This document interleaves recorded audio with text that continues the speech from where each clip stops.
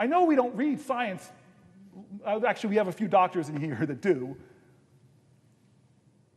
But look at the alarm that they're sounding that this is not normal.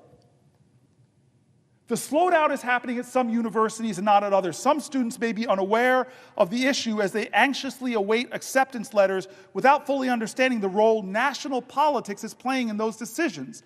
Some faculty are grappling with admissions that are paused and then unpaused, while others say they are receiving little information or guidance from leadership. At the University of Southern California, and as a former Stanford football player, it's hard for me to talk about U.S.C. I had to jab them, Senator Murphy. At the University of Southern California, faculty in some departments were told last week to pause admissions and not formalize offers to students, even those who had visited and been given verbal acceptances.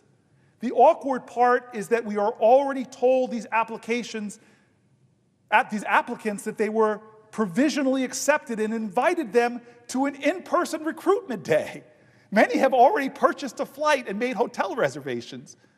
I mean, that is just cruel. One professor said in a faculty discussion listserv observed by STAT, I know Senator Murphy hangs out in faculty discussion listservs, that pause on admissions in psychology was lifted this week, STAT was told. Jennifer Unger, a professor who runs a doctoral program in health behavioral research in the Department of Population and Public Health Sciences at the University of Southern California Keck School of Medicine, said Wednesday she was still not able to admit the 6 graduate students for her department that had been accepted after a visit day on February 3rd. We had flown them out. We told them, we love you. We want to admit you. And then everything just stopped, Unger said. On the day Donald Trump announced they were cutting indirect costs, U.S.C. paused all PhD admissions. I just don't know what to tell them, Unger said to the students. Some of them have their offers and will likely go somewhere else.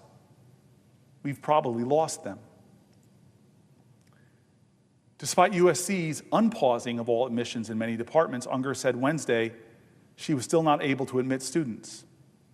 She hoped her portal of admit students would open soon, but said this disruption was coming at a time when her field, public health, was already reeling from the actions of the Trump administration, something affecting potential graduate students as well. It's very stressful for them. This is a major life decision, she said. Adding, they were already worried about their futures. They were asking, quote, do you think we'll be able to get jobs in this environment? Do you think we'll get grants? The dean of the graduate school at USC told STAT late Friday that the universities briefly paused PhD admissions to assess the uncertainties around federal funding, but that the admissions process was now open. Some schools, though, were continuing to accept students or had accepted graduate students before the recent turmoil and said that offers were there intact. We have no knowledge of any disruptions to graduate student admissions in the science fields, Rachel Zentz, Senior Director of Communications, said. In some cases, the pauses in hirings and admissions were implemented ahead of the NIH policy change. Evidence of how quickly the Trump administration's threats to withhold federal research dollars over diversity, equity, and inclusion efforts are shifting the financial footings of universities. On February 6th, faculty at Vanderbilt University were instructed to reduce graduate admissions by half across the board, according to an email obtained by STAT. Reduce graduate admissions by half. On the same day, the faculty at the University of Washington School of Public Health received an email to pause offers to doctoral students, as well as offers of financial support to graduate students. Faculty hiring was also frozen, the email said. This Tuesday, the public health school sent out another email informing the community that some faculty hiring and PhD students would continue, some, but at a greatly diminished level. The school is also planning to take more cost containment measures, including a hiring freeze, a reappointment freeze, through the end of the academic year, due to the volatility caused by the Trump administration. Existing offers will be honored, wrote Hillary Goodwin, Dean of the University of Washington School of Public Health. Marion Pepper, chair of UW's immunology department, said she was instructed by the university leadership to keep her program's next generation cohort smaller than the usual 5 to 9 students admitted each year. That's easier said than done, because the proportion of students who accept offers of admissions varies years to year. Pepper told STAT that while she expects the incoming class to be slightly smaller than usual, she has spoken with program heads at UW and elsewhere who are reducing class sizes by half or more. I know for other programs, they're feeling bleak about how they're going to keep labs running without funding or students, Pepper said. It's pretty overwhelming. Medical schools are hit hard. Medical research hit hard. It's unclear how many other universities are taking similar preemptive belt-tightening measures, but schools of public health and medical schools are particularly vulnerable because they tend to have many faculty postdocs and graduate students supported by grants.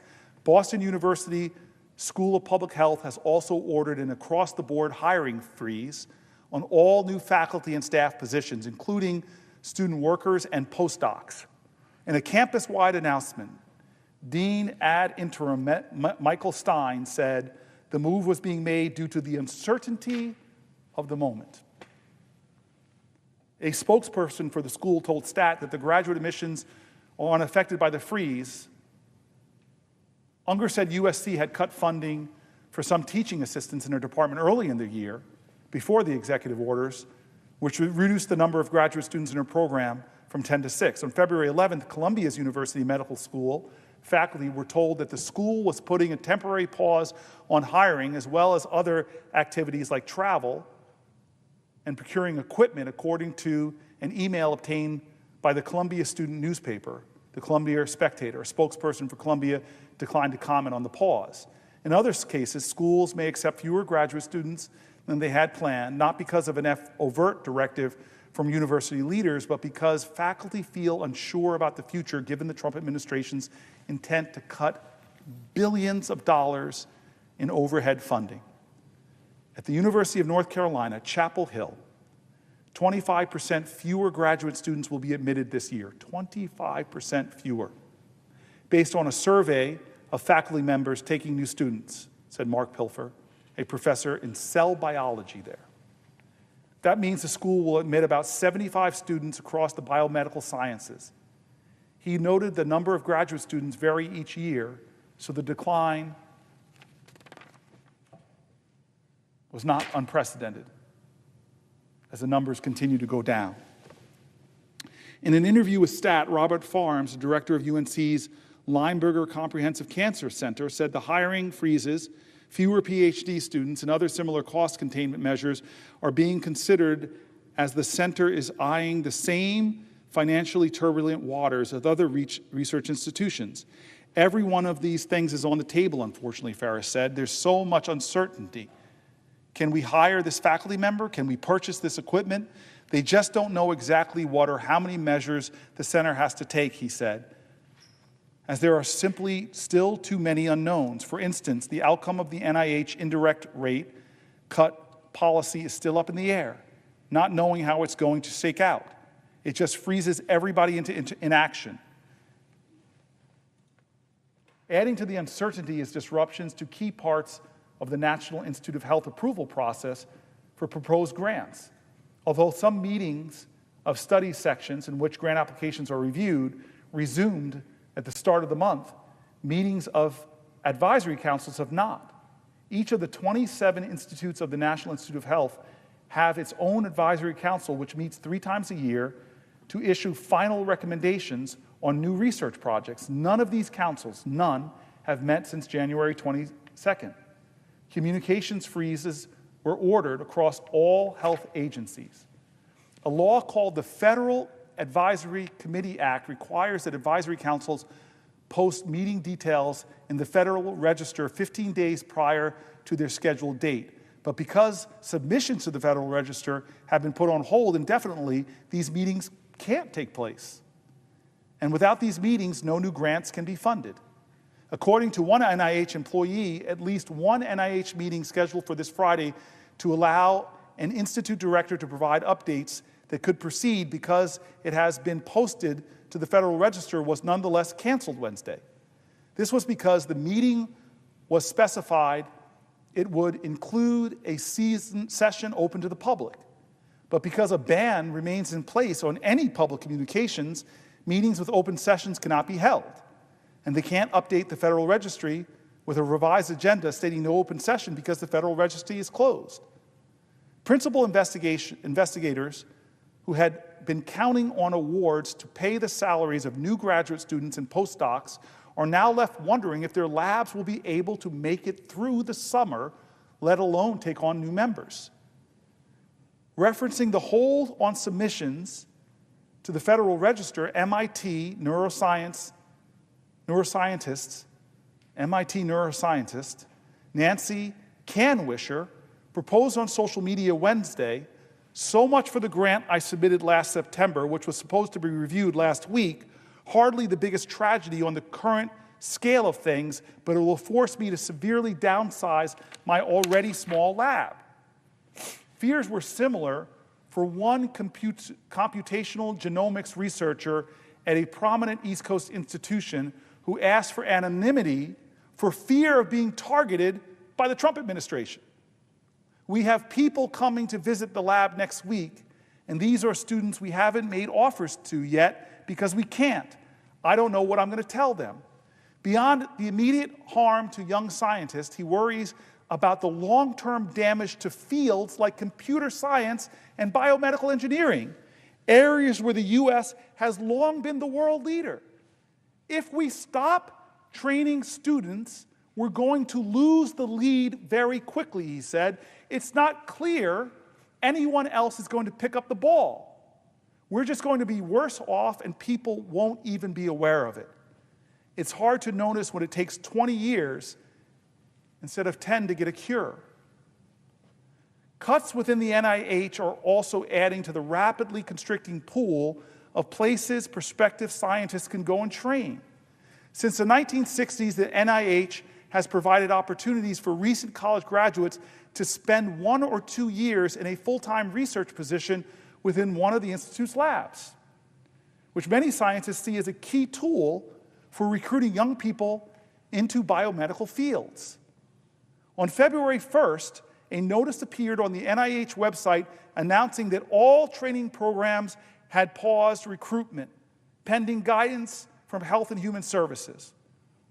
The NIH post-bac program, which provides recent college graduates with research positions in career advising, and last year admitted roughly 1,600 people, will not be accepting any new applicants for 2025, according to an NIH employee who asked for anonymity for fear, of course, that's my ad, of repercussions. It's a vital link in the training of doctors and biomedical scientists in the country. The NIH employee said, "You can't find a medical school or a biomedical program that doesn't have students from the post-bac program." And it's ended. While the Trump administration may be hoping that the headwinds in creating for academic hiring may push recent graduates or newly minted PhDs into the private industry, it's unlikely to play out that way because of the speed and scale of the disruption. Pharmaceutical firms are not going to suddenly open up more jobs for graduates to adapt to this situation, said Ding. More likely is that people will start looking for opportunities outside the United States or wind up without jobs altogether. At this point, it's still too early to say if these are the first signs of losing a generation of scientists. But even people like Ding, who track the data that could provide clues about how extensive the damage will be, are facing uncertainty about their ability to continue their own work. Her plan to hire a postdoc are currently on hold as she waits to find out if a grant she has through the National Science Foundation, which is facing its own dramatic cuts, will come through. I mean, honestly, I'm here because I said at the beginning, some 9 hours ago, that I was going to stand here because what is going on in America is not normal. We've gone through healthcare cuts. We've gone through Social Security being attacked and undermined and slashed, Department of Education. But if those things don't worry you, statements like this should. It's still a little too early to say that these things are the first signs of losing a generation of American scientists. I know this. I've been privileged. I've studied at Oxford University overseas. I've studied at Stanford University in Silicon Valley, and I've studied at Yale. And watched friends get degrees in the sciences in things I couldn't spell. And they had options, not just in America, but the brightest minds on the planet Earth. There's a global competition going on for them. From Canada to Oxford to countries in Asia. If you're telling me thousands of people right now, 71 days into the Trump administration, are losing opportunities in the sciences to do research in the most important areas of human endeavor, can't get hired, they will go elsewhere. For over a generation, America has led the planet Earth because of this combination between research universities, private sector industry, and government. How do I know this? Because I'm here because of it.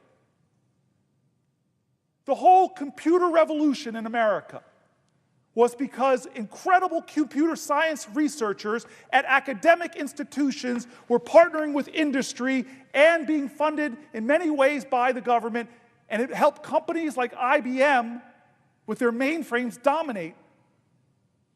My dad was one of IBM's first black people hired as a salesman in the Washington, D.C., Maryland area. My company became, my parents were IBMers. Because when scientific endeavor explodes into new industry, new ideas, new biomedical breakthroughs, it creates a ripple effect through our economy, lifting so many people up. And in 71 days, Donald Trump's actions have led scientific articles like this to talk about a postdoc program which provides bright, recent college graduates, brilliant people, 1,600 of them, to usually get jobs, has been canceled. And this article laments from scientists, not political people, not politicians, that this is a crisis. It's a crisis in America. And we haven't held one hearing on this in Congress. Yet, university after university, I can't be the only senator having this happen. Not just from my state, the universities are coming, from New York to California, sounding the alarm that we are going to lose our competitive edge against one of our greatest competitors, China, who is doubling down, as the article said, in research on the sciences. But let me just give you some examples, and then I'll yield for a question. I just want to talk about some New Jersey institutions that have written me out. Rutgers has been a partner in the Air Force Research Laboratory's Minority Leaders Research Collaborative Program. That grant, which has been led by The Ohio State University, is on pause. God forbid they use the word minority, and the annual program review and summer internship programs are not expected to happen this year. Rutgers School of Nursing has been working with the Institute of Human Virology in Nigeria on an action to sustain precision and integrated HIV response towards epidemic control. And they were funded through a CDC and PEPFAR grant. A stop work order came in. Multiple Rutgers entities have received communications from federal agencies related to DEIA cancellation of apprenticeship programs. Many conferences have been canceled that are trying to find the best minds wherever they might be, because there's many geniuses at Howard and Fisk and Morehouse that are often overlooked.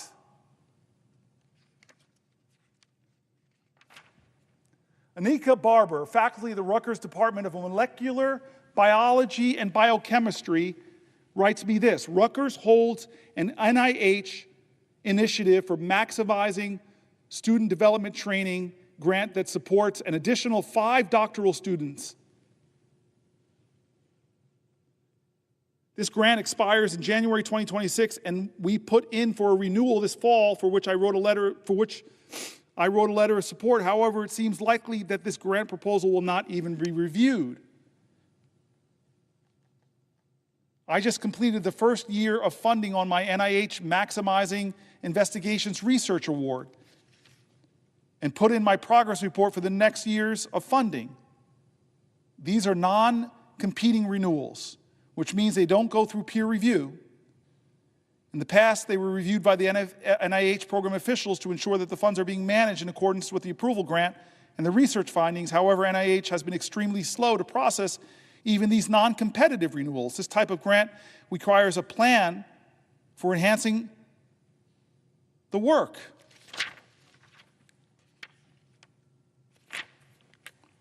I want to read this last letter. It's handwritten. I am writing you not only as a concerned parent who believes in progress, education, and the power of science to improve lives. My daughter is a PhD in neuroscience, dedicating her life to research that has the potential to save countless lives. As a minority in science, she has worked tirelessly to overcome barriers in a field that is already competitive and demanding. Watching the current political attacks on research funding is devastating, not just for her future, but for the future of the American country. Science is not political, it serves all people. Yet funding cuts to agencies like NIH and the National Science Foundation threaten to halt critical research that leads to medical breakthroughs. These cuts will not only slow progress in fighting diseases like cancer, Alzheimer's, and Parkinson's, but they will also discourage young, diverse scientists, many of whom have already fought hard to be in these spaces, from staying in the field. This is not just about scientists. It's about every American. Diseases do not know political parties. Without adequate research funding, we are all at risk of losing the chance for better treatments, new cures, and improved health care. If we truly want a stronger and more innovative America, we must invest in science, not abandon it. Defunding research will also harm our economy. Scientific innovation drives job creation, medical advancements, and global progress. A country that does not invest in science is a country that falls behind.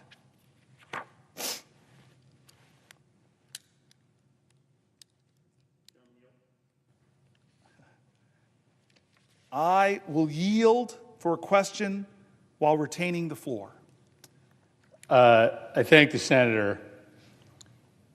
What the senator is outlining is an extraordinary assault, not just on education, but on the knowledge economy.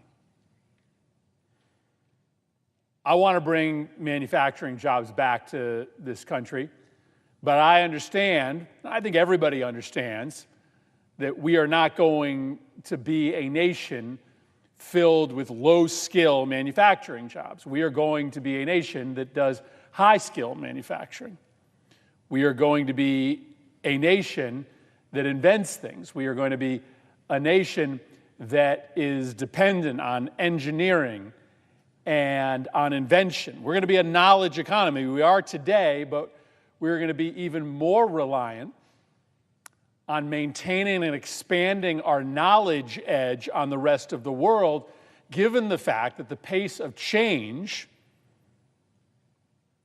and the oncoming transformation that will come from robotics and AI will make it even more important for a nation to have the most highly skilled, most highly educated workforce possible in order to stay ahead of the curve and not have employment be buried by automation and artificial intelligence. So this is a moment in which we should be doubling down on our support for the knowledge economy, on that integration of public sector research and private sector research, which has always been the genius of the American economy. We did that integration better than anybody, and it is not coincidental that we leapfrogged the rest of the world when it came to that innovation economy. But what the senator is explaining is that the Trump administration is waging a war on the knowledge economy, is literally signing our economic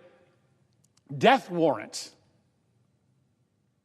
by coming after the foundational strength of our nation, which is that public-private sector integration. I just checked in with the University of Connecticut, which is going to lose $165 million because of this illegal change that the Trump administration has implemented, dramatically cutting the amount of research dollars that go to institutions with NIH grants. I'll just read like half their list. They gave me the list of all the research projects that are going to either be eliminated or slowed or diminished. A project for improving physical and cognitive function in aging, a project on improving outcomes for people with autism, a problem on understanding neural mechanisms for language and reading, including for people with dyslexia, funding for prevention and care for HIV patients, projects for studying the leading causes of death and disability in the United States, including cancer, obesity, Alzheimer's disease, and substance abuse, projects studying treatments for rare diseases and genetic disorders with specific impacts on health, including sickle cell, mitochondrial disorders, Rett syndrome, and Prader-Willi syndrome, muscle and bone regeneration research, tick-borne diseases. University of Connecticut faces the same crisis as all the other institutions listed in that incredibly long and comprehensive Stat News article. And as you mentioned, researchers are not going to wait around for this crisis to pass. They are going to accept offers from research institutions in other countries, from our European allies to our Asian competitors. We are going to lose our competitive edge when it comes to research. It is worth noting that this change in research funding is illegal. Article 1 vests the spending power of the federal government in Congress. That's plain and simple. And there's lots of good reasons why our founding fathers did that, Senator Booker. They were determined to keep the spending power out of the hands of the executive branch because they had seen how the British king had used the Treasury in order to compel loyalty and to punish opposition. You get money if you're loyal to me. I withhold money from you if you are disloyal to me. And so Congress got the spending power. We decided the exact rate of reimbursement for medical research. We were very specific about it in the statute that we passed, Republicans and Democrats. This cut in funding for institutes of higher education's research that has been implemented by the administration is illegal on its face. Congress said exactly how research funding should be allocated. The president is ignoring that statute and implementing a unilateral cut. It has been enjoined by the federal court. Hopefully, if the courts follow the law, it will be permanently stopped. But it is important to note that it stands in a larger context of the federal government using its spending power, the Trump administration trying to seize control of federal spending in order to do that work that our founding fathers were so worried about. We have seen over the past several weeks the administration march through school after school,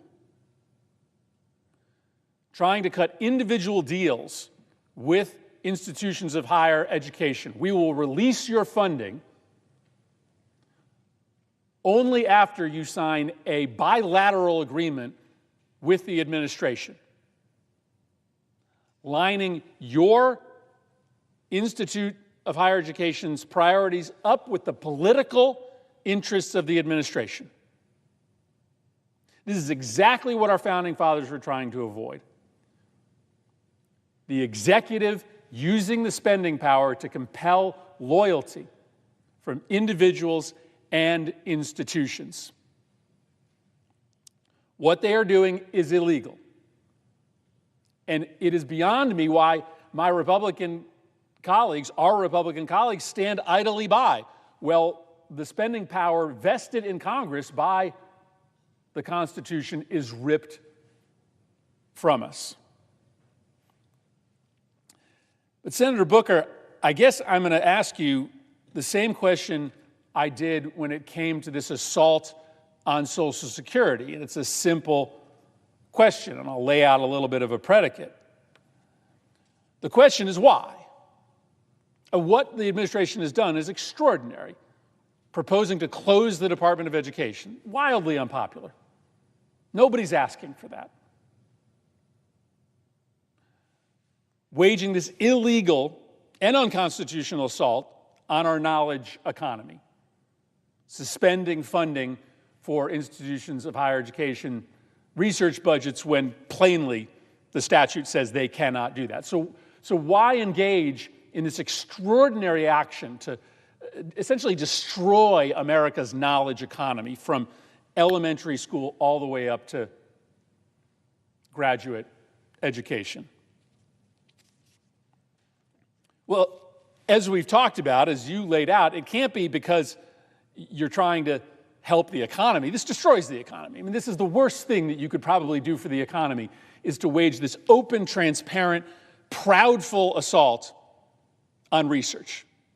Because we will not survive as an economy unless we are the place where cutting-edge research and invention happens. We just won't. And so researchers now who are having all of their offers suspended by major colleges and universities, they're looking elsewhere. Maybe they're hoping that the offer still comes through, but they're dialing up other competitors, many of them outside of the United States. There was a story out of the University of Cambridge in England a couple weeks ago in which their administrators were talking about the bounty that they are receiving as some of the highest class researchers in the world are coming to them because they don't believe that they will have any source of stable funding from the United States. So it can't be about helping us create jobs or supporting our economy. This is no doubt an assault on the economy. One of the complaints that I hear often about elementary and secondary education is that the Department of Education was engaged in micromanagement, right? That it was a federal school board, and we want to get the federal government out of the business of dictating what local schools will do. Well, that's not a credible explanation for what's happening, because, in fact, the Trump administration is telegraphing that they are going to actually jump into the micromanagement of our local schools. Nobody has any idea what DEI means. Like, let's just be honest. It means something different to every single official in the Trump administration. It's just a proxy to impose a set of reactionary right-wing values on our schools or on our federal agencies. I asked a question of the nominee to be the alleged last Secretary of Education as to whether or not African-American history could be taught in our high schools any longer. And her answer was essentially, maybe not. I don't know, but DEI might mean that you can't teach African-American history. It might mean that the federal government is going to comb through every syllabus in every high school in the entire country and tell you what courses you can teach and what courses you can't. And if there's any words in there that our AI algorithm doesn't like African, can't teach it. That's a level of micromanagement never seen before in the federal government.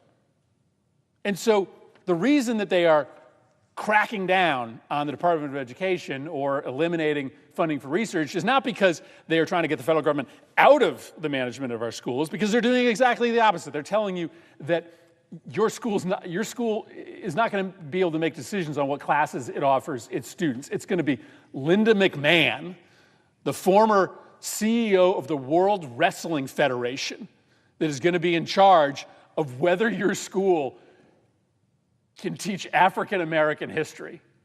Okay? So then what's the reason, Senator Booker? And I'll, just give you a couple suggestions. Well, maybe it's just to compel loyalty, right? Maybe it's just to use that money to compel loyalty so that boards of education or colleges are only teaching conservative or right-leaning curriculum.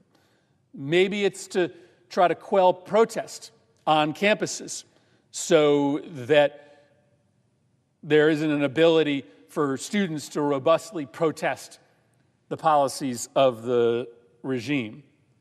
Maybe it's just to destroy the idea of objective truth. I mean, this whole scandal over Signal has lots of elements to it, but I think one of the most worrying things for the American public, why it's still a story a week later, is because the Secretary of Defense looked the American public in the eye and said 2 + 2 = 9. Right? He said, those Signal texts you saw did not involve war plans, did not involve classified information. And the American public was like, wait a second, we read them. I'm not dumb.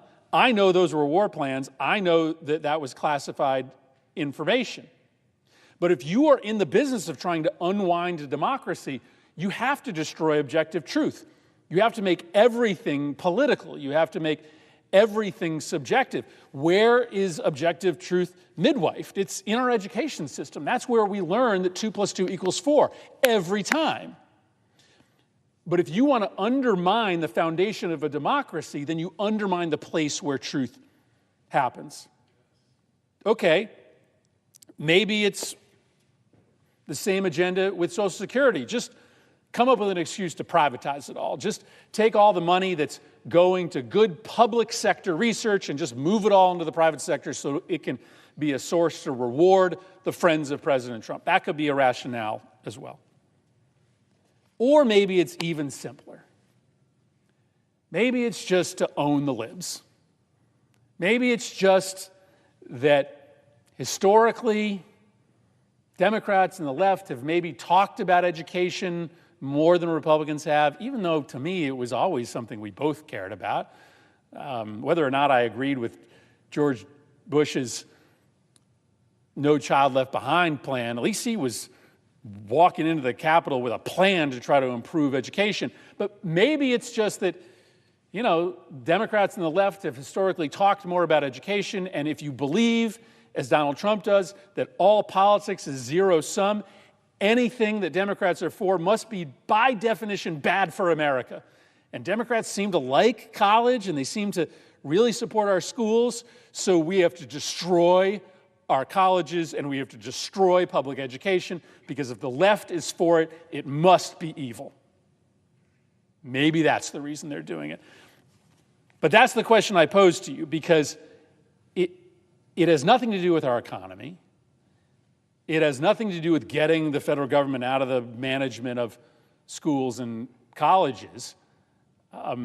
There's another agenda here, and it doesn't seem to be an agenda that squares with anything the American people have been asking, Senator Booker. I just want to answer you. I would drive myself mad trying to understand what the ambitions of Trump was, or the ambitions behind some of the crazy stuff in Project 2025 that he said wasn't there. They tried to run away from it because it was so unpopular, and now so much of it is being done.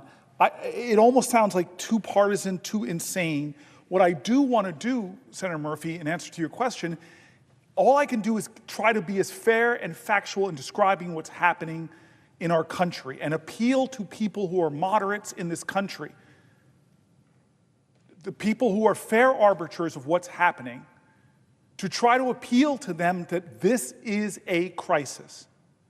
So when university after university after university is cutting scientific research, stopping bringing in the best minds, PhD candidates, postdocs, when they're telling you that they're stopping investment in state-of-the-art research buildings, when they're telling you that they're shutting down programs to bring the youngest, brightest minds in, and our competitor, China, is doing the exact opposite, flowing money through, because China understands if we get 2 steps ahead of America on quantum computing, we can break all kinds of encryptions. We can locate every submarine they have. China understands if we can get 2 steps ahead of America on artificial intelligence, it's an end game for them.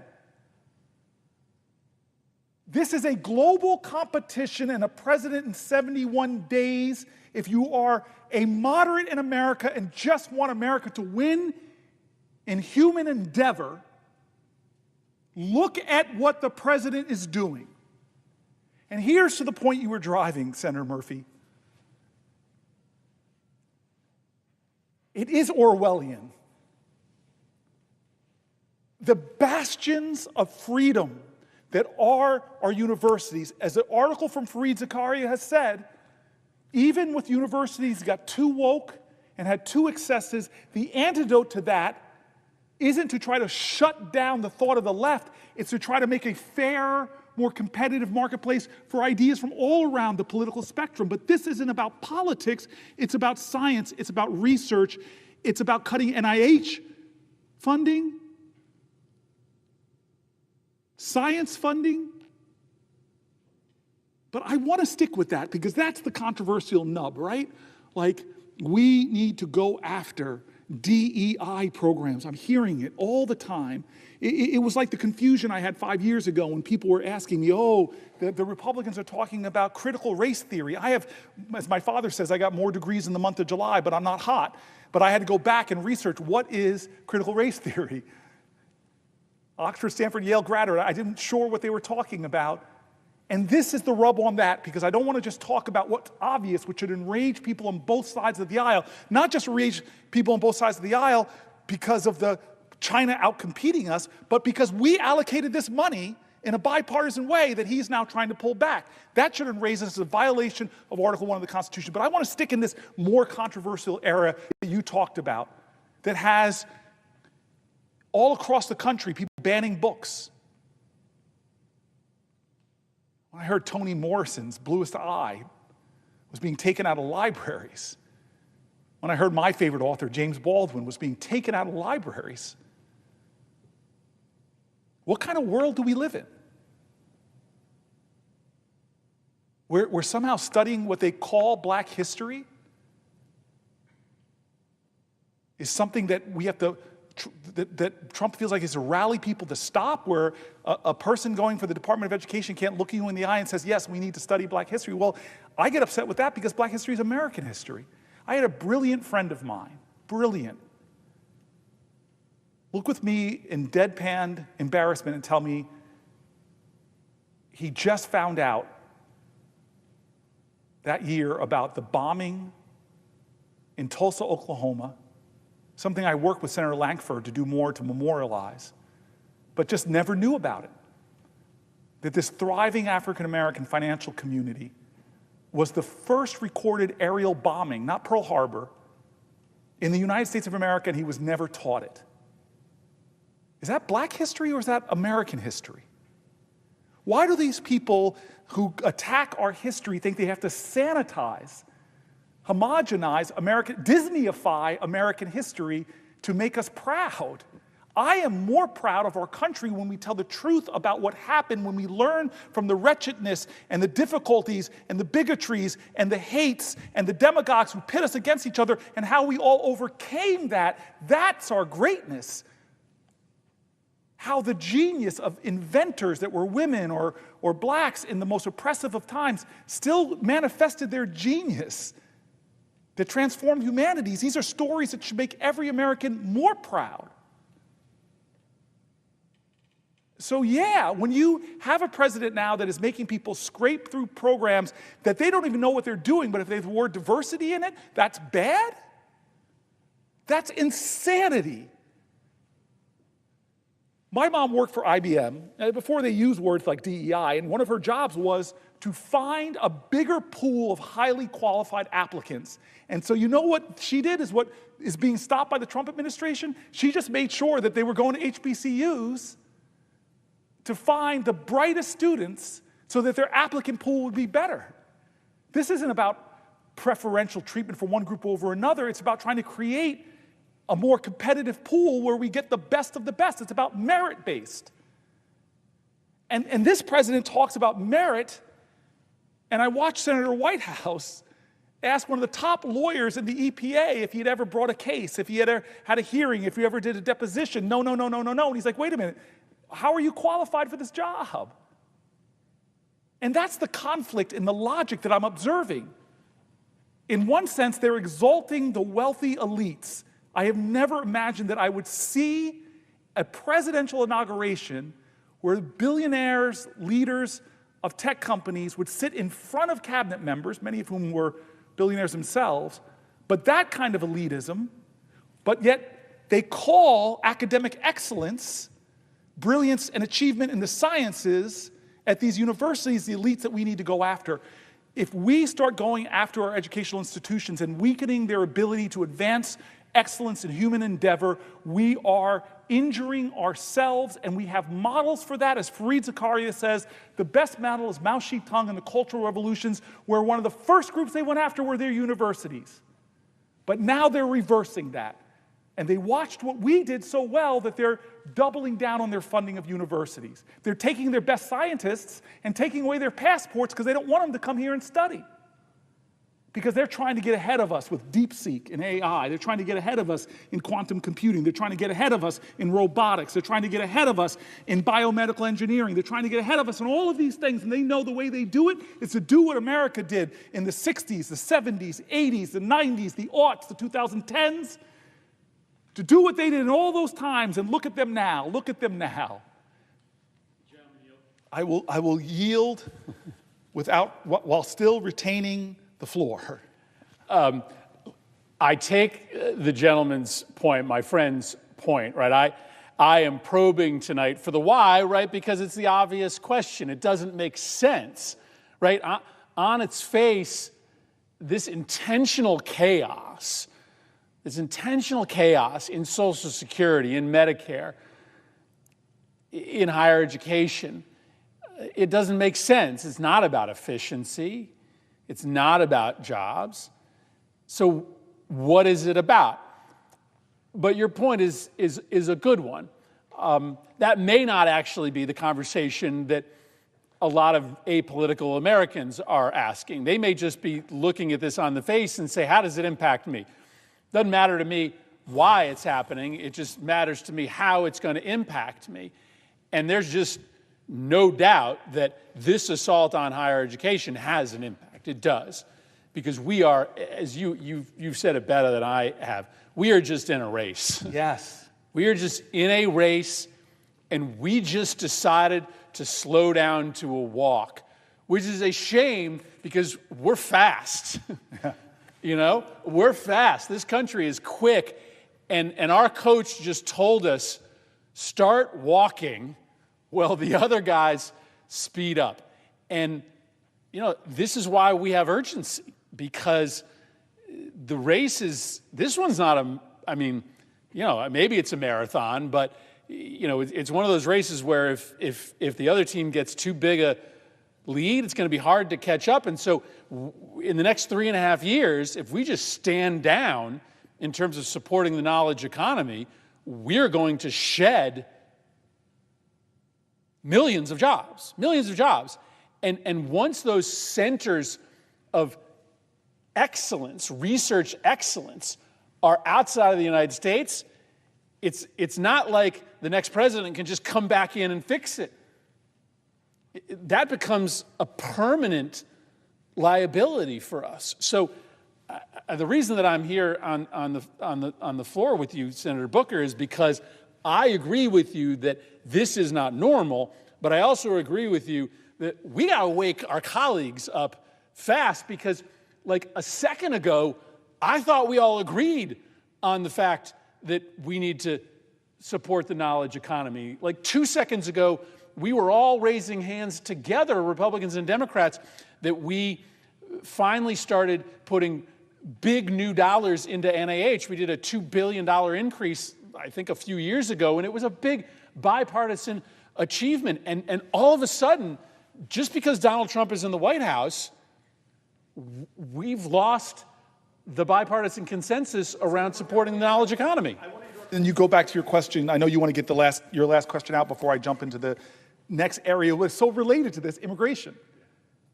I mean, the brightest minds on the planet Earth that are coming here now are terrified to come here, but we'll talk about that. I've made my point. Oh, you made your point. I just wanted to say something to you because you just got me triggered when you said we had some consensus over the last 4 years that we were here. I love how you said just yesterday. I remember the CHIPS and Science Act. That was a bipartisan bill. I was sitting in a skiff with all of us, and I watched our whole national security apparatus talk about why science endeavors in chip making and the breakthroughs that are happening on chips are so essential for our national security, and how we had to stay ahead of the competition. And we marched out of that meeting in a bipartisan fashion. We saw this in the bipartisan work we've been doing on AI here, talking about how America has to lead in this area. And with all of that bipartisan vigor, we let a president come in 71 days and halt scientific research, pausing literally experiments in their tracks, halting researchers in their tracks, shaking universities to the core that are afraid of free expression for getting on the wrong side of dear leader, that it might cost them their science funding. So you are putting your finger on it. But can I just say something on a personal level? Because I just want to remind folks, as we close in on the 10th hour, that you and I were here for 15, and you are here. You are here because you agree with me. You agree with me that from science and research to higher education, to the Department of Education, to Social Security, to healthcare in America, we are at a crisis. Any one of those alone should have Americans. But the case we're making going through all these, pulling from people on the left and the right. We've quoted Republican governors, we've quoted Republican mayor organizations, represented by organizations, we've quoted Republican business people, we've quoted for the Wall Street Journal, Cato Institute's coming up. This is not a partisan crisis that people across the spectrum are pointing to. But I do want to point out that you've been such a good friend to me to spend 10 hours almost on the floor, and it means a lot to me tonight. So thank you for that as I switch to healthcare. And I appreciate the sentiment that you have and that you had after the Pulse shooting, that you were so worried about when I listened to your maiden speech when you first got here to the Senate, that we would normalize gun violence in this country. And what I'm worried about, I share your worry there. I grew up in a time where fire drills were the big thing. In that space between people ducking and covering because of nuclear fears, and left school before we were a country that had more active shooter drills than fire drills. And we just sort of are normalizing this terror in our country and haven't stepped up to the challenge of really doing something about it. But this is one of these crises where if we act like business as usual, 71 days so far of the Trump administration. When we get to 100 days, catastrophic things could have happened to Medicaid and health care. The crashing of research for science, the attacks on the programs our senior citizens rely on. We as a country have to, as I said at the very beginning, 10 hours ago almost, We have to do what John Lewis challenged us to do, to stand up, to speak up, to get into good trouble, necessary trouble. And tonight, my friend, in the wee hours, so many songs about 4 a.m. It's like the hour that, that nobody should be awake. And I want to thank the presiding officer for being here. I want to thank the clerks and the parliamentary staff and the impositions. But the cries of American citizens for their leaders to do something different, to stand up, to speak up, I felt like this has to be done. And so let's keep going. Almost 10 hours in, I'm thankful, but we're going to start the next section. And like I'm trying to do in all of these is I'm trying to elevate the voices that don't get to come to this place, the voices that I'm hearing from, voices that identify themselves sometimes as I'm a Republican veteran, I'm a Democrat, but most of them are just people that are just saying, this is not normal. Many of them are saying, do something.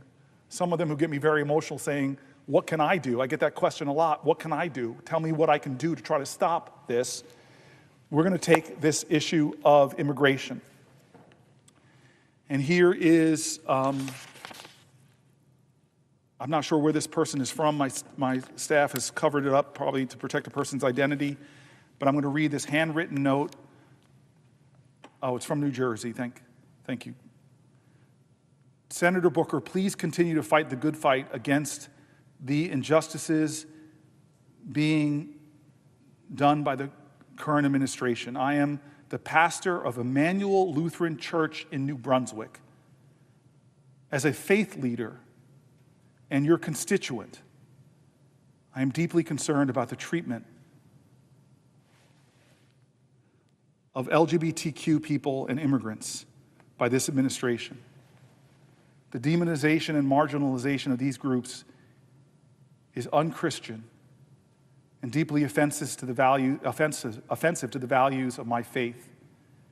I ask that you continue to oppose all executive orders and legislation that targets these groups. You have been a consistent ally. Please continue to be a champion for justice for all people, but especially the most vulnerable.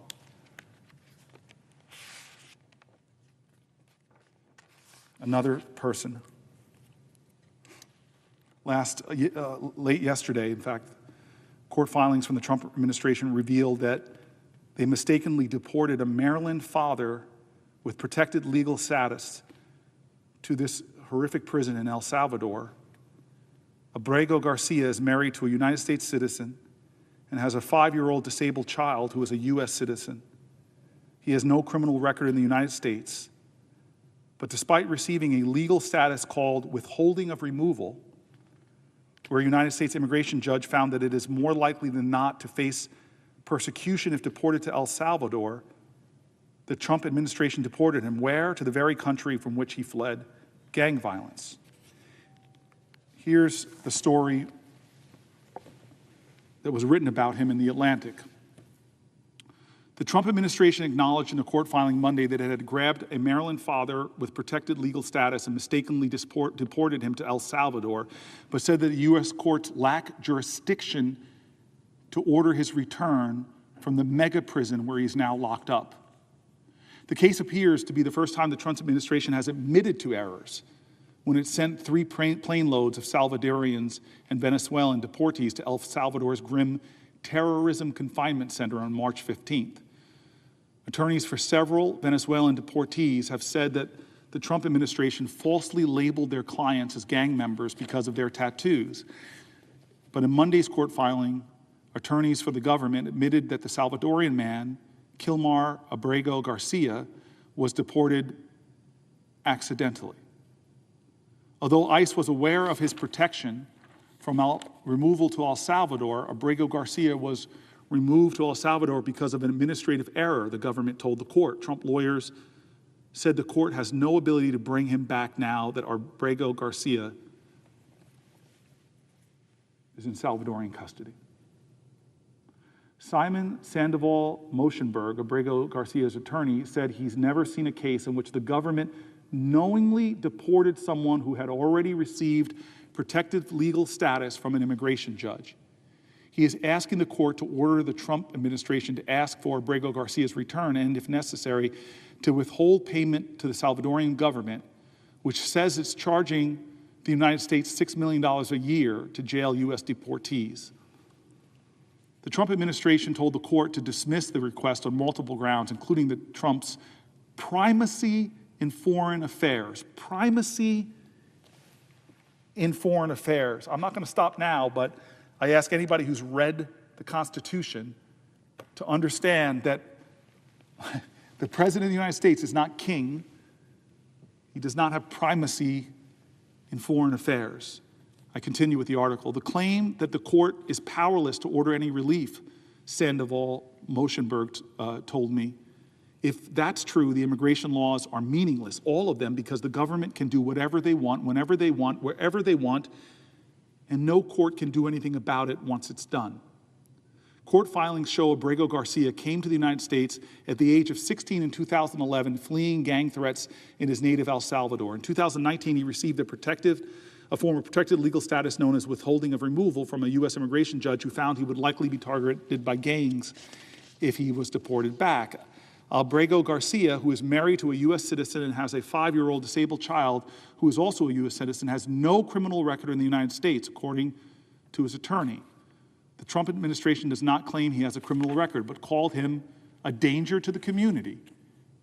They called him an active member of MS-13, the Salvadorian gang that Trump has declared a foreign terrorist organization. Sandoval Moshenberg said those charges are false, and the gang label stems from a 2019 incident when Abrego Garcia and 3 other men were detained in Home Depot parking lot by a police detective in Prince George's County, Maryland. During questioning, one of the men told officers Abrego was a gang member, but the man offered no proof, and police say they didn't believe him, filings show. Police did not identify him as a gang member. Abrego Garcia was not charged with the crime, but he was handed over to U.S. Immigration and Customs Enforcement after the arrest to face deportation. In those proceedings, the government claimed that a reliable informant had identified him as a ranking member of MS-13.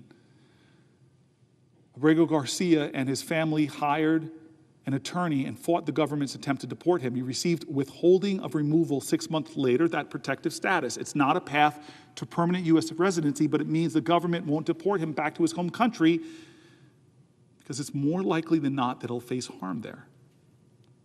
Abrego Garcia has no contact with any law enforcement agency since his release, according to its attorney.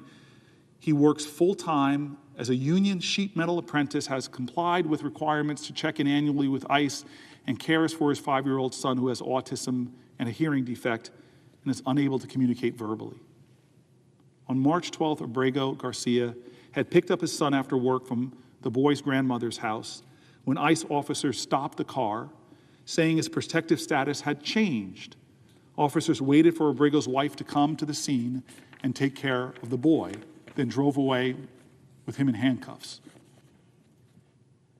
Within 2 days, he had been transferred to an ICE staging facility in Texas, along with other detainees the government was preparing to send to El Salvador. Trump had invoked the Alien Enemies Act of 1798, and the government planned to deport 2 plane loads of Venezuelans along with a separate group of Salvadorians.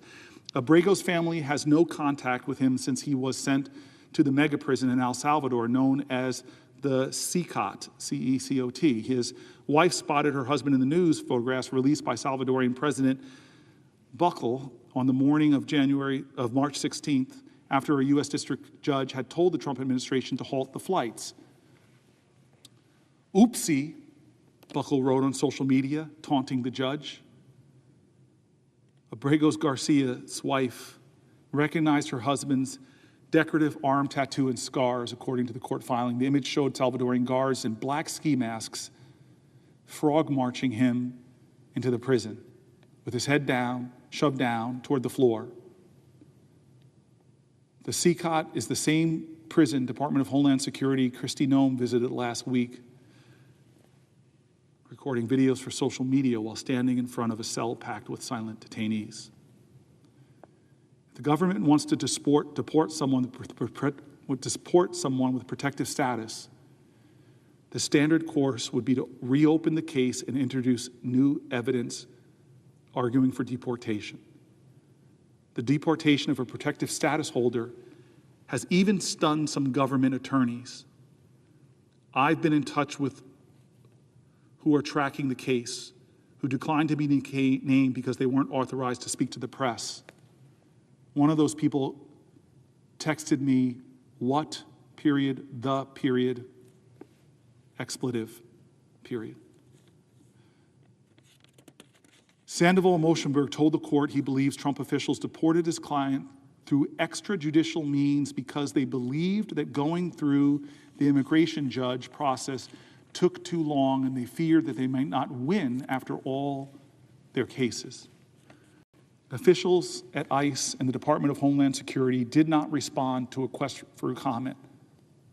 The Monday court filing by the government indicates officials knew Abrego Garcia had legal protections shielding him from deportation to El Salvador. ICE was aware of this grant, withholding the removal at a time of Abrego Garcia's removal from the United States. Reference was made to his status on internal forms. Abrego Garcia was not on the initial manifest of the deportation flight, but was listed as, in quotes, an alternate. The government attorneys explained, as other detainees were removed from the flight for various reasons, Abrego Garcia, in quotes, moved up the list. The flight manifest did not indicate that Abrego Garcia should not be removed. The attorney said through administrative error, Abrego Garcia was removed from the United States to El Salvador. This was an oversight, the government admitted. But despite this, they told the court that Abrego Garcia's deportation was carried out in good faith. I'm going to go into this section now, and I'm going to read things by conservative justices and liberal justices to some of the most conservative Supreme Court justices that say this is outrageous in this nation.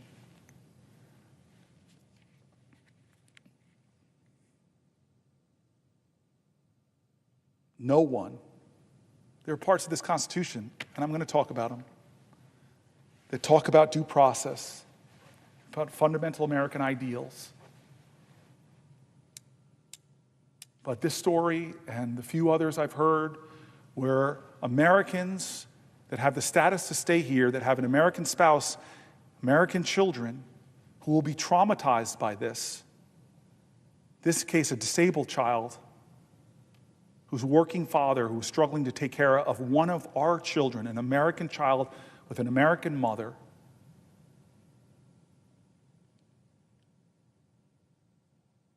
We were told that the president said he was going to be focusing on criminals, and these trumped up charges, where they admit in court they made a mistake, but write such mocking things to judges like whoopsie on social media, this cruelty, this is not who we are.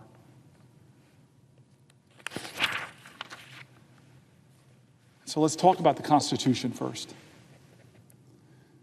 The Fifth and the 14th Amendment. The Fifth and the 14th Amendment. The Fifth and the 14th Amendments say that no one shall be deprived of life, liberty, or property without the due process of law. The central promise of those words is an assurance at all levels of the American government must operate within the law and the bonds of this Constitution, that everybody in this chamber swears an oath to uphold the Constitution. But every single day, it just seems our president is challenging constitutional principles, pushing past constitutional boundaries. Every day we're hearing news stories of immigrants, some here legally, some awaiting trial, most charged with no crimes, being rounded up, detained, arrested, deported, often just disappeared. This is happening without charges, evidence, trials, hearings, without what the Constitution says, due process. This is what other governments done. We've talked about it. In the Foreign Relations Committee, we complain about it to nations across the earth when they do not show due process, where they disappear people. Maybe you're an immigrant that's never broken the law. Maybe you're a citizen. Even if you think the administration's immigration agenda doesn't apply to you, please know that the reckless behavior we're seeing erodes all of our rights. And the American mother and the American child right now, whose husband was unjustly and illegally deported and is right now in an El Salvadorian prison, think about them. Denying due process is a slippery slope. We've seen it in other countries with democratic backsliding. It is a slippery slope. If people can be detained and deported without a hearing, detained and deported without due process, without seeing a judge, nothing will stop from slipping toward deporting others, making mistakes with an American.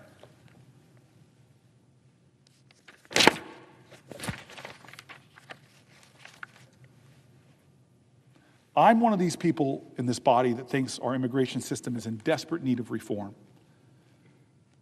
It was last updated 40 years ago. 40 years ago was the last time we acted to update our immigration laws. The failure to update our laws has resulted in our country's inability to manage unprecedented levels of global migration that are not just affecting our country, but are affecting others.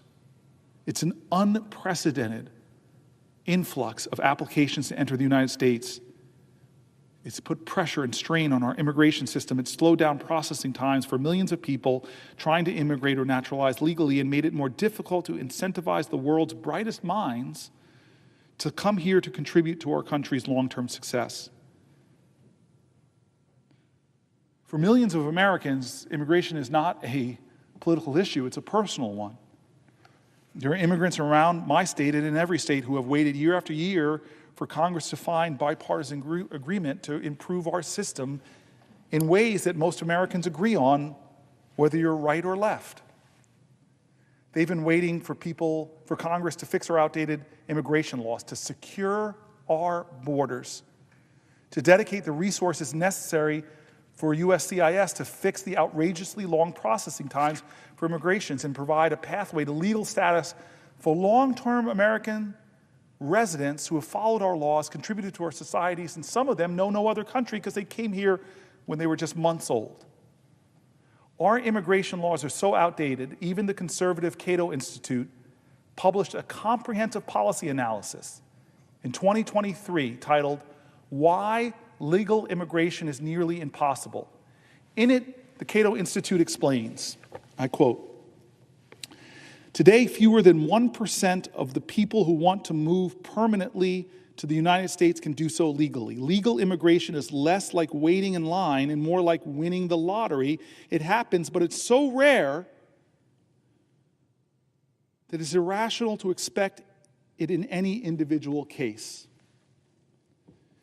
The Cato Institute continues, "For some immigrants, this restrictive system sends them back into the black market of illegal immigration. For others, it sends them to other countries where they contribute to the quality of life in their homes.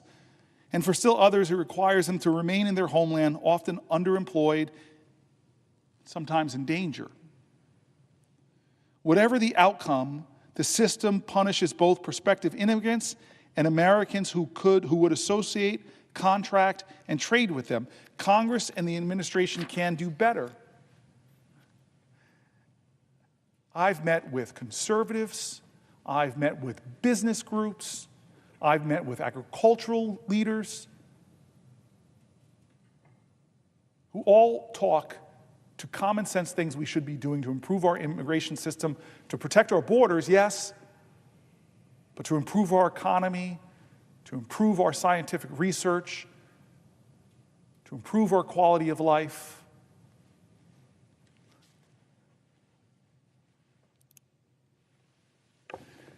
The only way to fix our broken immigration system is for Congress to fix it, to pass comprehensive immigration reform.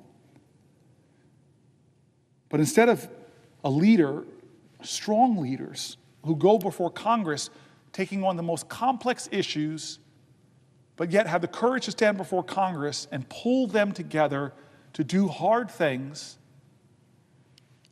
instead of doing that, the last time we made progress in this body, President Trump actively blocked bipartisan legislation. Now he's imposed policies that aren't just going after criminals, they're dragging in so many others. When President Trump stopped Republicans from voting on the bipartisan bill that was negotiated in the Senate last year, he stopped us from making strides towards the larger fixes we need. The administration's immigration plans are not helping American citizens who are submitting applications so that their spouse or fiance who is waiting in another country can finally join them in the United States. The administration right now is not helping American citizens who have been waiting for years for a visa for their brother or their sister or their mother or their father. Uniting families is an American value. Americans aren't getting any relief from these extraordinarily long wait times. On the USCIS website, you can check the average processing times for these cases, and most Americans would be shocked, or maybe even horrified, to learn just how long it will take for you as an American citizen to bring a husband or a wife or even a child back to the United States with you. We checked this past weekend, and here are the numbers. For the I-129 fiancé visa, the processing time for 80% of the cases is 8 months to 3 years. For an I-130 visa, if you're a U.S. citizen petitioning for your spouse, parent, or minor child, then the waiting time is any time from 17 months to 64 months. That's an average from anywhere from a year and a half to over 5 years. For an I-90, if your green card is destroyed in a flood or a fire, 80% of people will be waiting for almost a year and a half, 17 months, to just get a new copy. These numbers are shocking, and they don't even take into account long wait times for visa appointments at the U.S. consulate or embassies. In India, for example, the average wait time for an appointment is well over 400 days. American citizens, including thousands of my constituents in New Jersey, are so angry. They're waiting far too long for their cases to be prioritized and adjudicated. But when Trump relocates all the resources within our immigration system to conducting the largest mass deportation of people in history, American citizens are paying the price, not just from USCIS processing times. We pay the price because to do this, he is diverting actual law enforcement resources away from solving crimes and stopping terrorism. His actions are actually making us less safe. We pay the price because these policies are eroding constitutional principles, as well as making us less safe by taking law enforcement away from their efforts. This plan is about conditioning Americans to the suspension of due process. First for immigrants. If we let due process erode for immigrants, it erodes for Americans. Let me outline a little bit about how this is happening and why this is a crisis. 2 weeks ago, Trump invoked the Alien Enemies Act. The Alien Enemies Act of 1798 allows the president to detain or deport the natives and citizens of an enemy nation that we are at war with. 1798 Act. The president can detain or deport these immigrants without a hearing, with no due process, even ones who are lawfully present in the United States. The Alien Enemies Act was last used during one of our country's darkest moments, the internment of Japanese, German, and Italian nationals during World War II. But even then, we still ensured that due process was followed. Prior to detention, people subjected to the Alien Enemies Act in the 1940s appeared before the Alien Enemy Hearing Board, where they could at least present evidence that they had no ties to Axis powers. As one circuit court judge recently said of Trump's use of the Alien Enemies Act, there's no regulations, and nothing was adopted by agency officials that were administrating this. The people weren't even given notice. They weren't told where they were going. They were given these people on those planes, they were getting those people on the planes on Saturday and had no opportunity to file habeas or any type of action to challenge their removal. The standards of 1940 during World War II were higher than the standards of this president? The following are people that Trump has targeted and removed without criminal charges, without a hearing, without evidence, to a prison rife with human rights abuses in El Salvador. These are the people that he has sent there. A tattoo artist seeking asylum who entered the country legally, an aspiring pop musician with a tattoo of a hummingbird, a 24-year-old who used to teach swim classes for children with developmental disabilities and has a tattoo of an autism awareness ribbon in honor of his brother, a Venezuelan who had fled violence in Venezuela last year and came to the United States to seek asylum. His lawyer wrote on social media, ICE alleged that his tattoos are gang-related. They are absolutely not. Our client worked in the arts in Venezuela. He is gay. LGBTQ, his tattoos are benign. He has no criminal record. Another Venezuelan removed to this El Salvadorian prison is a barber with no criminal history. Another professional is a professional soccer player, has a tattoo with a soccer ball and a rosary closely resembling the logo of his favorite soccer team.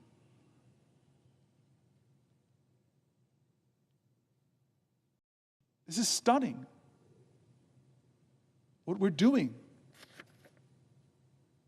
These people were swept up and sent to another prison known for its human rights abuses because they were Venezuelan and had tattoos, benign tattoos. An article was published in one periodical about the anguish from families. Here are a few excerpts from the article. You are here because of your tattoos. The Trump administration sent Venezuelans to El Salvador's most infamous prison. Their families are looking for answers. On Friday, March 14th, Arturo Suarez Trejo called his wife, Natalie Sanchez, from an immigration detention center in Texas. Suarez, a 33-year-old male, native of Caracas, Venezuela, explained that his deportation flight had been delayed. He told his wife he still would be home soon. Suarez did not go back to Venezuela. Still, there was at least a silver lining. In December, Sanchez had given birth to their daughter, Nahira. Suarez would finally have a chance to meet their 3-month-old baby girl he had never, ever seen. But Sanchez told the outlet she had not heard from Suarez since. Instead, last weekend, she found herself zooming in on a photo the government of El Salvador published of Venezuelan men the Trump administration had sent to President Nayib Bukele's infamous terrorism confinement center, or CCOT. I realized that one of them was my husband, she said. I recognized him by his tattoo, by his ear, and a scar on his chin. Even though I couldn't see his face, I knew it was him. The photo of Sanchez examined, a highly produced propaganda video promoted by Secretary of State and the White House, showed Venezuelans shackled in prison uniforms as they were pushed around by guards and had their heads shaved. The tattoo on Suarez's neck is of Colibri, a hummingbird. His wife said it was meant to symbolize harmony and good energy. She said his other tattoos, like a palm tree on his hand, and an homage to Suarez's late mother's use of Venezuelan expression about God being greater than a coconut tree, were similarly innocuous. Needless to say, they may be why Suarez has been effectively disappeared by the U.S. government into an El Salvadorian mega prison.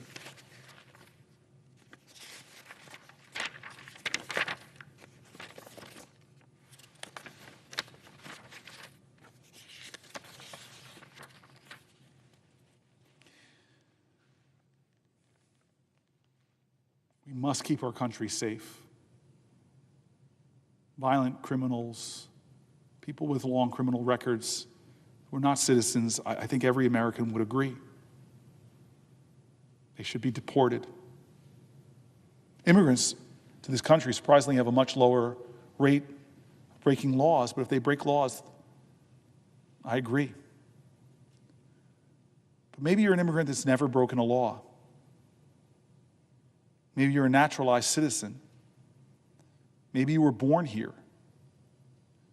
The problem with this idea of disappearing people with no due process is once that foundation is laid, if they're able to defend that lack of due process, to use that law from the 1700s, we begin a process in this country that even conservative justices of the Supreme Court said is unjustifiable.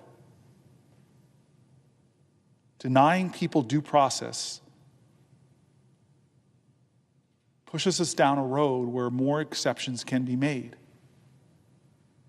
You cannot deny fundamental rights to another and not endanger them for yourself. We have created a system now, if Trump is successful, where you can just say, you can just claim, you can just point to someone and say they're from X country or claim that they're part of a gang.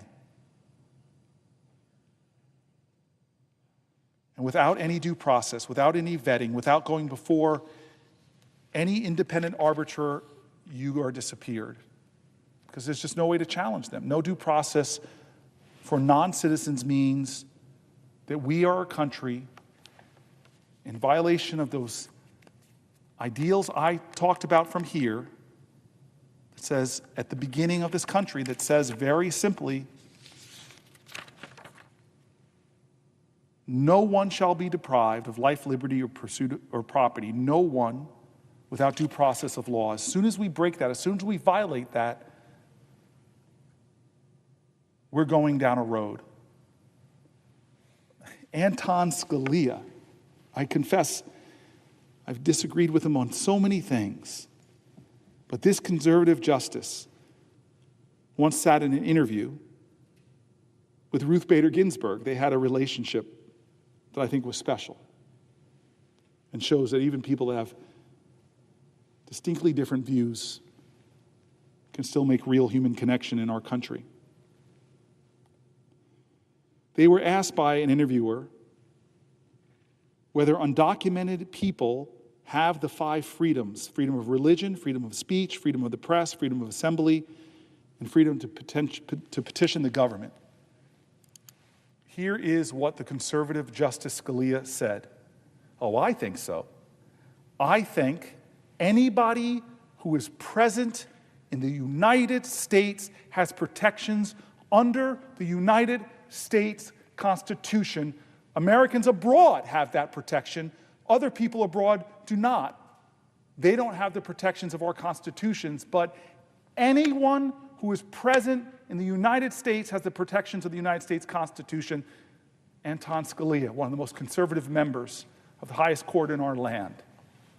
And of course, Ginsburg, his ideological opposite, she concurred when she said, when we get to the 14th Amendment, it doesn't speak of citizens as some constitutions grant rights to citizens, but our Constitution says persons, and that the person is every person who was here in our country, documented or undocumented. Our Constitution is clear on the face. If you are an originalist like Anton Scalia and you read the Constitution's words, you have to stand for the idea that no one should be denied due process, that the government can't walk up to a human being and grab them off the street and put them on a plane and send them to one of the most notorious prisons in the world and just say, as one of our authority did, oopsie.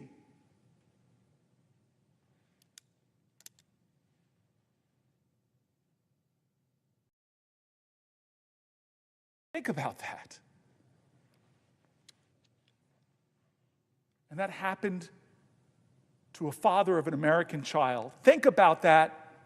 That happened to a husband of an American woman. Think about that. That happened to a man who a judge already said he had the right to stay. When the rights of some are violated, they are a threat to the rights of all of us.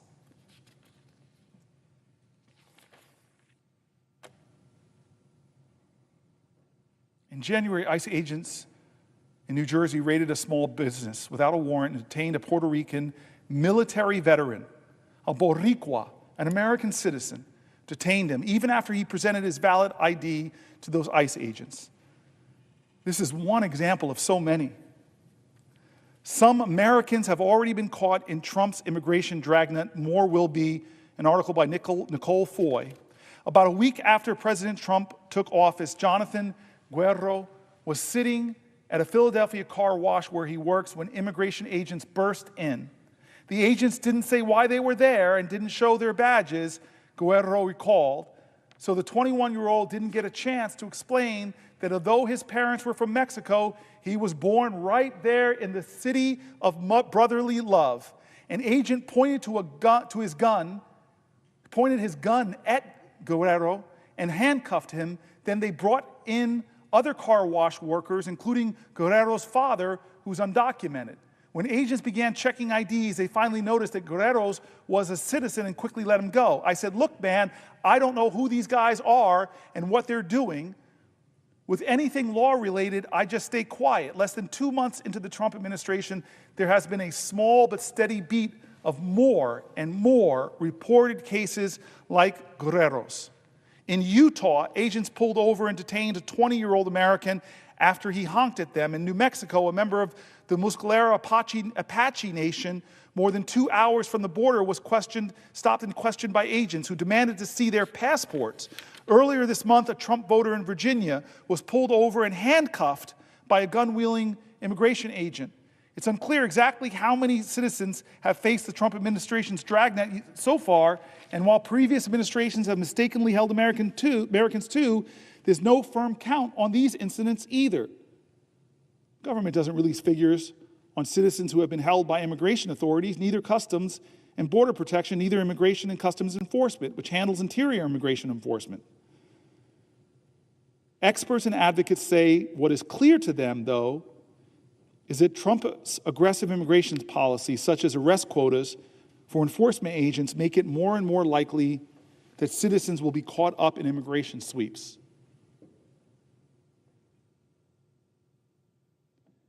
In quotes, it's really everyone, not just non-citizens or undocumented people who are in danger of having their liberty violated in this kind of mass deportation machinery.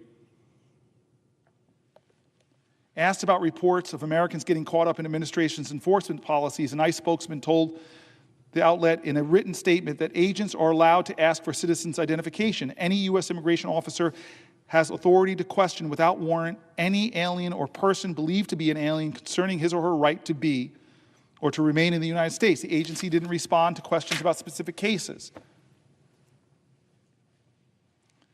The U.S. has gone through spasms of detaining and even deporting large numbers of citizens. In the 1930s and 1940s, federal and local authorities forcibly exiled an estimated 1 million Mexican Americans, including hundreds of thousands of American-born children. That's our past. An estimated 1 million Mexican Americans, including hundreds of thousands of American-born children, swept up and deported. The U.S. Governmental Accountability Office report found that immigration authorities had asked to hold roughly 600 likely citizens during Trump's first term. The GAO, also the Government Accountability Office, also found that Trump actually deported about 70 likely American citizens. The GAO report did not get into any individual cases, but lawsuits brought against federal immigration agencies detailed dozens of cases where plaintiffs received a settlement. This will accelerate if there's no due process. In his first administration, there was some process. But this will accelerate if there's no due process. I live in Newark, New Jersey, and there are dozens of languages spoken in my city, and some of the elders from some of these many different ethnic groups, from European folks who don't speak English to folks from Asia that don't speak English. And imagine one of these Americans gets stopped and doesn't have papers on them, and they see a tattoo, and next thing you know, they're sent to Louisiana or Texas, and next thing you know, they're on a flight. That's not hyperbole. That's not some impossible thing. We know once due process is eliminated in this country, for some, all are in danger. It is a constitutional slippage that Scalia and conservatives who believe in the Constitution nobly object to. Canadian citizen Jasmine Mooney Canadian citizen Jasmine Mooney was detained by ICE for 2 weeks. I saw an interview of her, this white woman, stunned. Here's what she wrote. It's Canadian.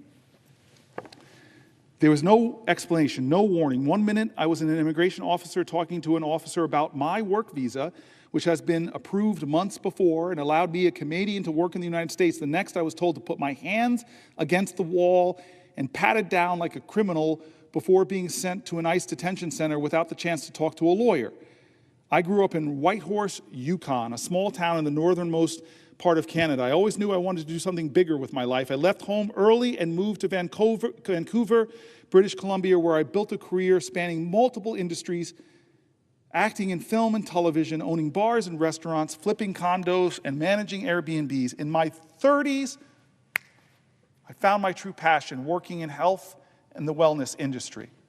I was given an opportunity to help launch an American brand of health tonics called Holy Water, a job that would involve moving to the United States. I was granted my trade work visa, which allows Canadian and Mexican citizens to work in the United States in specified professional occupations.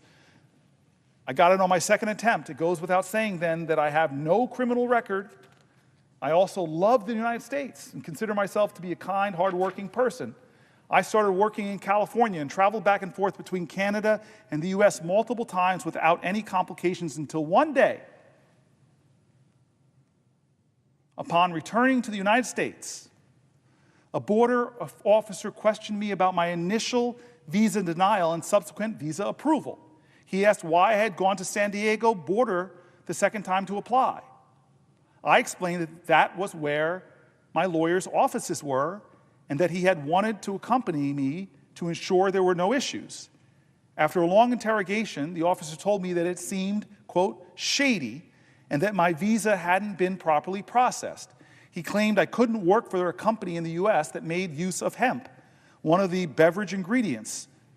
He revoked my visa and told me I could still work for the company from Canada, but if I wanted to return to the U.S., I would need to apply. I was devastated. I had just started building a life in California. I stayed in California for the next few months and was eventually offered a similar position, but with a different health and wellness brand.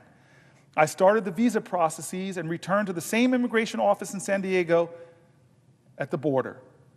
Since they had processed my visa before and I was familiar with it, hours passed with many confused opinions about my case. The officer I spoke to was kind, but told me that due to my previous issues, I needed to apply for my visa through the consulate. I told her I hadn't been aware I needed to apply that way, but I had no problem doing it. Then she said something strange. You didn't do anything wrong. You were not in trouble. You were not a criminal. I remember thinking, why would she say that? Of course I'm not a criminal. Then she told me they had to send me back to Canada. That didn't concern me. I assumed I would simply book a flight home. But as I sat searching for flights, a man approached me and said, "Come with me." There was no explanation, no nothing. He took me to a room, took my belongings from my hands, and ordered me to put my hands against the wall. A woman immediately began patting me down. The commands came rapid fire, one after another, too fast to process. They took my shoes, pulled out my shoelaces. "What are you doing? What's happening?" I asked. "You are being detained." "I don't understand. What does that mean? For how long?" "I don't know." That would be the response to nearly every question I would ask over the next 2 weeks. I don't know. They brought me downstairs for a series of interviews and medical questions. They searched my bags and told me I had to get rid of half my belongings because I couldn't take everything with me. "Take everything with me where?" I asked. A woman asked me for the name of someone they could contact on my behalf.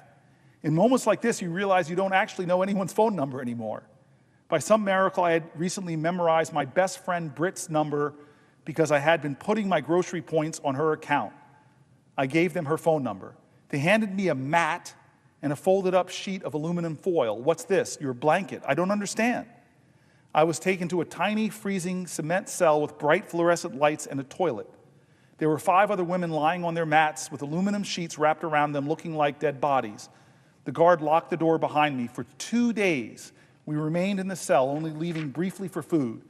The lights never turned off. We never knew what time it was, and no one answered our questions. No one in the cell spoke English, so I either tried to sleep or meditate to keep from having a breakdown. I didn't trust the food, so I fasted, assuming I wouldn't be there long. On the third day, I was finally allowed to make a phone call. I called Britt and told her that I didn't understand what was happening. No one would tell me when I was going home, and that she was my only contact. They gave me a stack of paperwork to sign and told me I was being given a 5-year ban unless I applied for re-entry through the consulate. The officer also said it didn't matter whether I signed the papers or not, it was happening regardless. I was so delirious, I just signed. I told them I would pay for my flight home and asked when I could leave. No answer. They then moved me to another cell, this time with no mats or blanket. I sat freezing on the cement floor for hours. That's when I realized they were processing me into real jail, the Otay Mesa Detention Center. I was told to shower, given a jail uniform, fingerprinted and interviewed. I begged for information. How long will I be here? I don't know your case, the man said. Could be days, could be weeks, but I'm telling you right now, you need to mentally prepare yourself for months. Months? I felt like I was going to throw up. I was taken to the nurse's office for a medical check. She asked what happened to me. She had never seen a Canadian there before. When I told her my story, she grabbed my hand and said, "Do you believe in God?" I told her I had only recently found God, but now I believed in God more than anything.